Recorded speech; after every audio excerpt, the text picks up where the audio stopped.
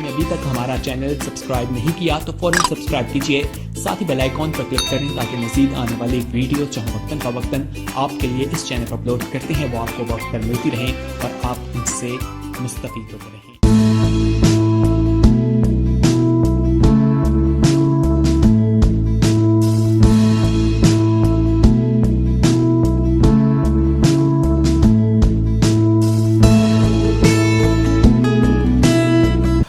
यसु के मुबारक और पाक नाम में आप सबको मेरी तरफ से सलाम। और ये गुड फ्राइडे आज और गुड फ्राइडे हो गया। अच्छा कि मौसम के लिए खुदा ने जो हमें दिया है अच्छा मौसम, उसके लिए हम ज़ोरदार तालियां बजाएंगे। ये सब कुछ खुदा की तरफ से है। आप सब ने पहले दो कलमात की अहमियत को जाना, सुना, बरकत हासिल की। अब खुदा के कलाम मुक़द्दस में से जो है तीसरे कलमे के लिए मैं हवाला पढ़ूंगा।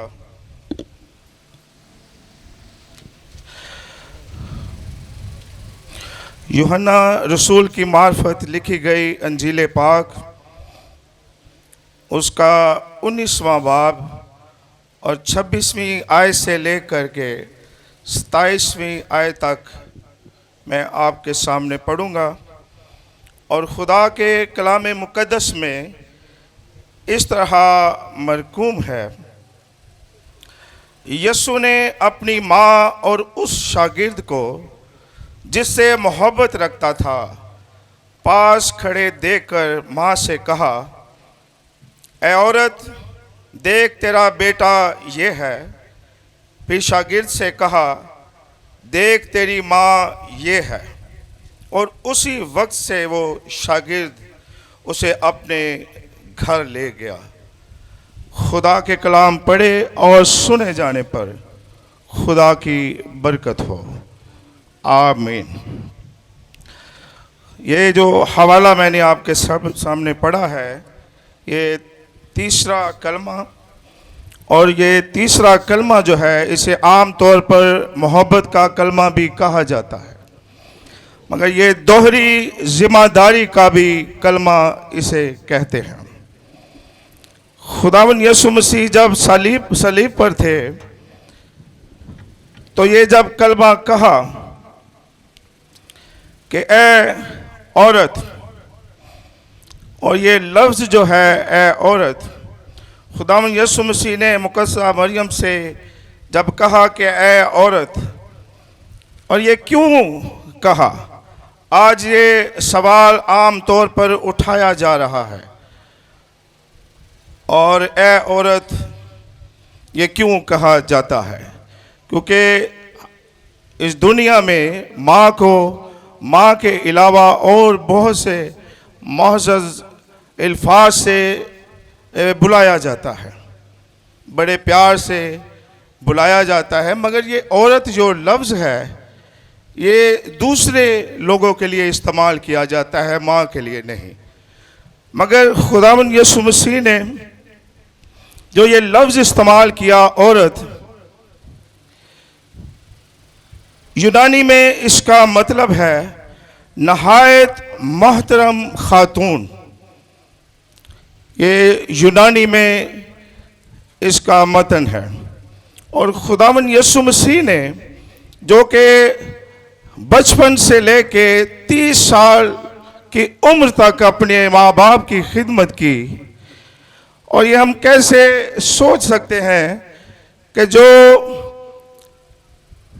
इलाही ज़ात है और दुनिया में इखलाक का कलाम करता है कि एक दूसरे से मोहब्बत रखो, बदी के इव्ज़ बदी ना करो, बदगोई ना करो, वो अपनी माँ के लिए ये जो लफ्ज़ इस्तेमाल कर रहा है औरत, ये क्यों कहा जाता है? और इसका मीनिंग्स जो है इस दुनिया में अच्छी नज़रिए से नहीं इसको लिया जाता।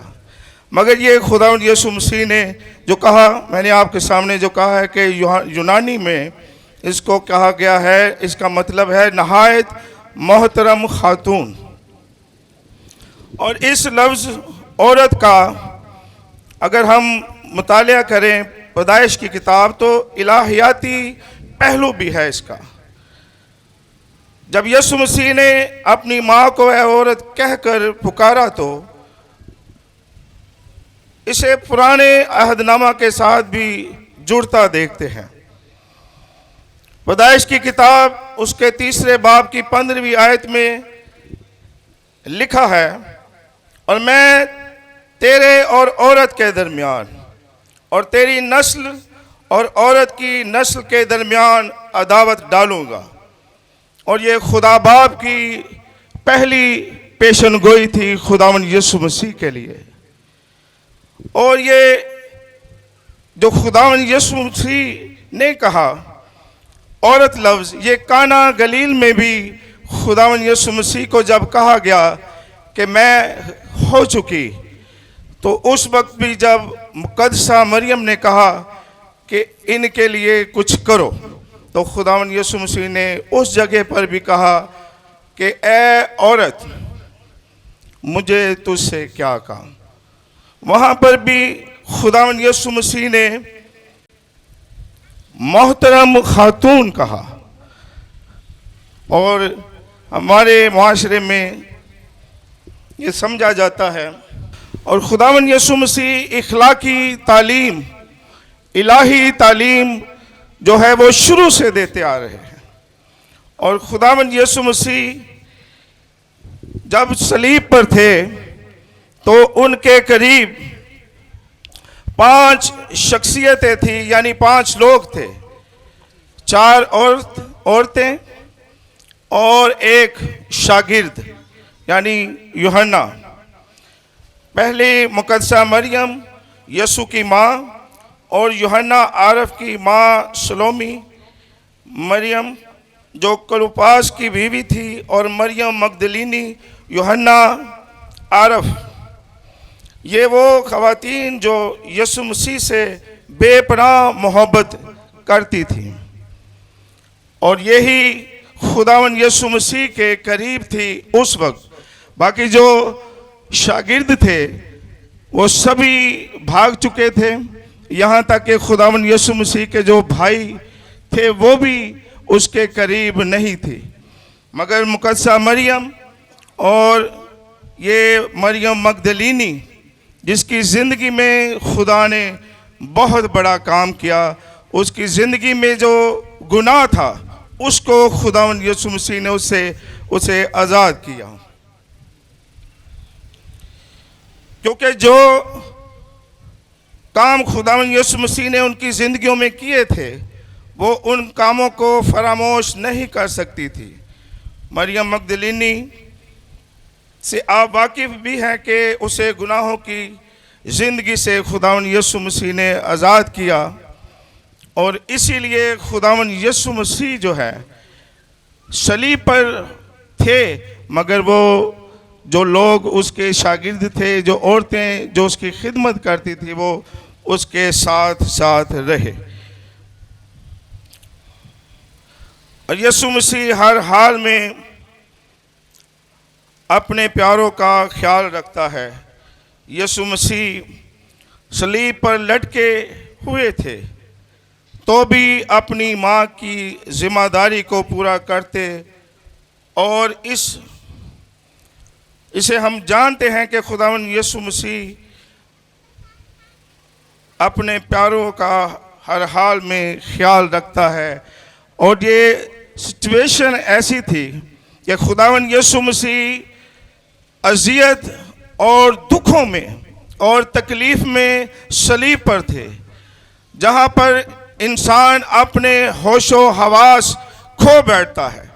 मगर खुदावन यीशु मसीह ने उनके लिए, यानी मुकद्दसा मरियम के लिए और अपने शागिर्द के लिए जो किया, उसने अपने होशो हवास होने का सबूत दिया कि वो सब कुछ देख रहा है और सब कुछ जानता है कि वो क्या कर रहा है। इसीलिए खुदावन यीशु मसीह जो है वो दुनिया में एक खादम की सूरत में आए, और खादम बनकर इस दुनिया में आया, और यीशु मसीह ने आखिरी दम तक अपने घराने का ख्याल रखा। और तिमोथियस के पहले खत और उसके 3 बाब की 5वीं आयत को जब हम पढ़ते हैं तो इस तरह मरकूम है, जब कोई अपने घर ही का बंदोबस्त करना नहीं जानता तो खुदा की कलीसिया की खबरगिरी क्यों करेगा। खुदावंद यीशु मसीह ने इस तकलीफ या अजियत में भी अपने जो फ़राइज़ थे ख़ानदानी तौर पे उनको बाखूबी निभाया, उसमें कोई भी कोताही ना की, क्योंकि खुदावंद यीशु मसीह कामिल खुदा भी है और कामिल इंसान भी। इसीलिए सारे जज्बात जो हैं इंसान के लिए या इंसानी जज्बात जो हैं उनको भी खुदा ने बाखूबी निभाया, उसमें भी कोई कोताही नहीं की। मगर हम खुदावंद यीशु मसीह के वसीला से बाइबल मुकद्दस में जानते हैं कि खुदावंद यीशु मसीह जिस्मानी रिश्तों से ज़्यादा रूहानी रिश्तों को ज़्यादा अहमियत देता है। क्योंकि खुदावंद यीशु मसीह जब एक घर में तालीम दे रहे थे तो वहाँ पर उनके माँ बाप बहन भाई आए, तो उन्होंने कहा कि ए उस्ताद, तेरे माँ बाप बहन भाई तुझसे मिलने आए हैं। तो खुदावंद यीशु मसीह ने कहा, मेरे बहन भाई वो हैं जो मेरे बाप का कलाम सुनते और उस पर अमल करते हैं, वो नहीं मेरे भाई जो इस दुनिया में इंसानी रिश्ते हैं जिनमें खोट है, दगा है, लालच है, खुदगर्जी है। खुदावंद यीशु मसीह इन रिश्तों को बाखूबी जानता है।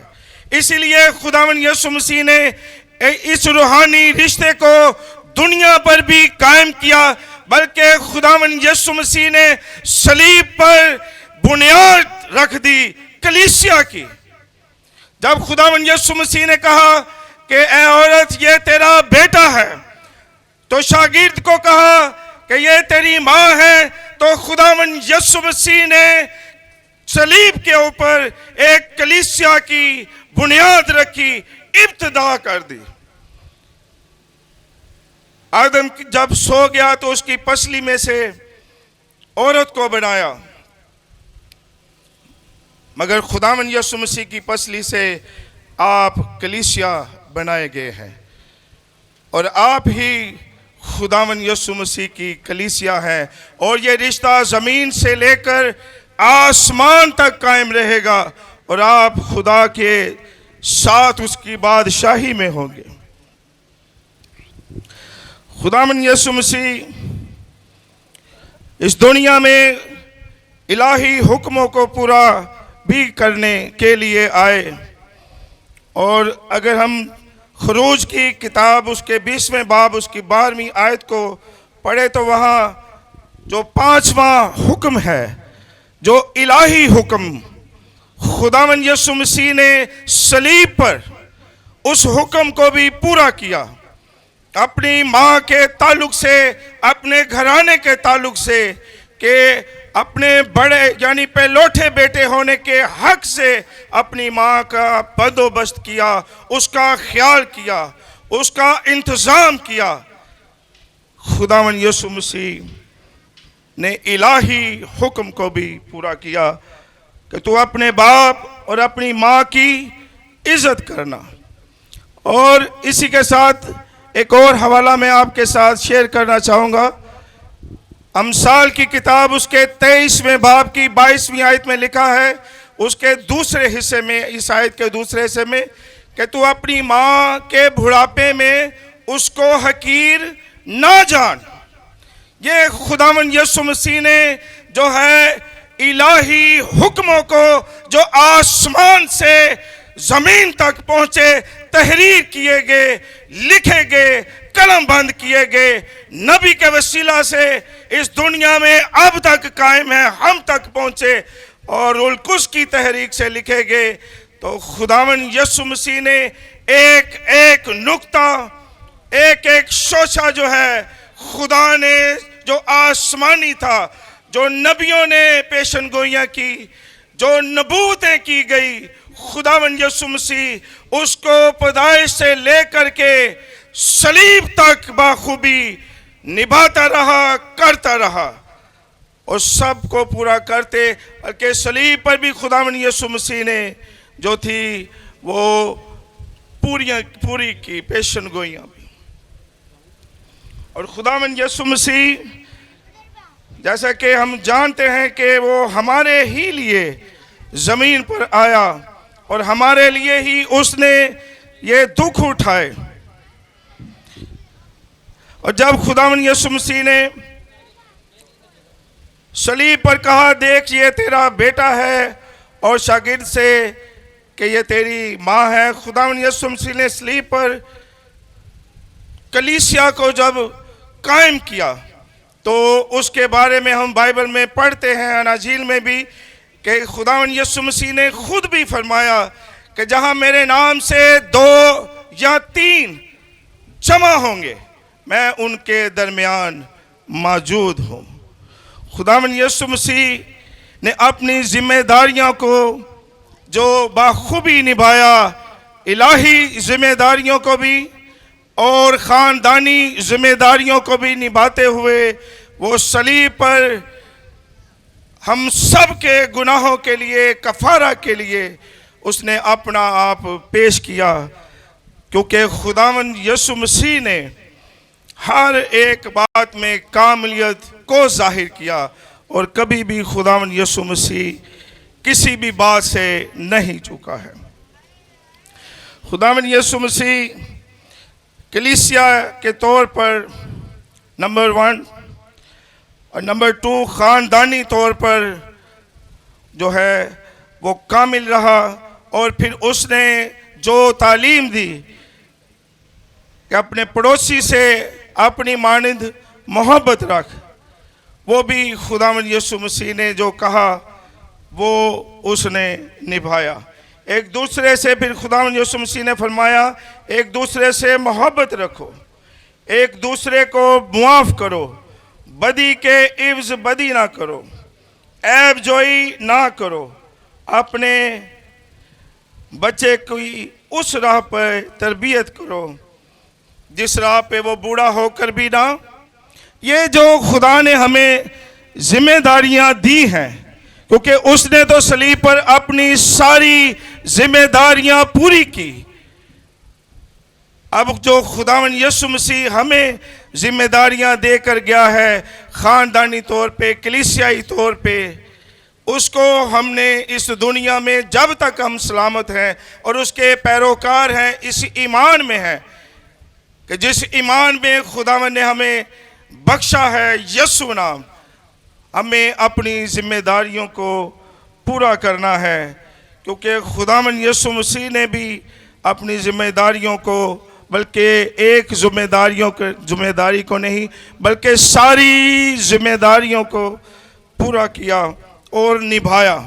और खुदावंद यीशु मसीह ने एक बहुत बड़ा हमें नमूना भी दिया कि कैसे भी हालात थे, कैसी भी तकलीफ थी, कैसी भी अज़ियत थी, खुदावंद यीशु मसीह ने हर कंडीशन में सब जो है उन हालातों में भी उसने जिम्मेदारियों को निभाया और खुदा ने एक बहुत बड़ा हमें नमूना दिया है।